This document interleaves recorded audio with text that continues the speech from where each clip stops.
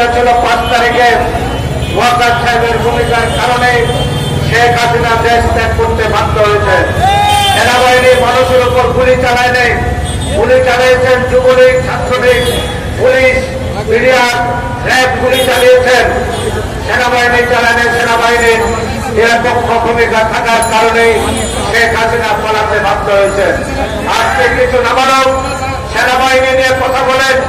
সেনাবাহিনী বাংলাদেশের সেনাবাহিনী হচ্ছে মুক্তিযুদ্ধের সেনাবাহিনী। সেনাবাহিনী যদি সেদিন শহীদ প্রেসিডেন্ট জিয়া রহমান যদি সেদিন ওনার নেতৃত্বে পাকিস্তান আর্মিতে রিভোল্ট না করতেন, বিদ্রোহ না করতেন, সেনাবাহিনী যদি স্বাধীনতার ঘোষণা না দিতেন, মুক্তিযুদ্ধ হতো না। এই সেনাবাহিনী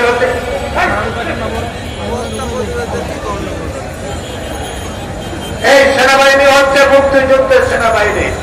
অতএব এই সেনাবাহিনীকে বিতর্কিত করে যারা দেশের স্বাধীনতার সার্বভৌমত্বকে হুমকির মুখে ঠেলে দিতে চান, বিদেশিদেরকে ডেকে আনতে চান, তাদের বিরুদ্ধে আমাদের জনগণকে রুখে দাঁড়াতে হবে। আমি ইউনূস সাহেবকে বলতে চাই, শাহাবুদ্দিন সাহেব যেমনি ভাবে অল্প সময়ের মধ্যে নির্বাচন দিয়ে আবার দেশের মানুষের কাছে ইতিহাসের পাতায় সংরক্ষণের নাম লিখে রেখেছেন। আপনি ডক্টর ইউনূস, আপনি যখন বিপদে পড়েছেন, এবং খালেদা জিয়া আপনার পাশে দাঁড়িয়েছেন, তারেক রহমান আপনার পাশে দাঁড়িয়েছেন। 2011 সালে শেখ হাসিনা আপনাকে মামলা দেওয়ার পরে হাউস অব কমন্সে গিয়ে বিশ্ববাসীর কাছে আপনার সপক্ষে কথা বলেছেন বেগম খালেদা জিয়া।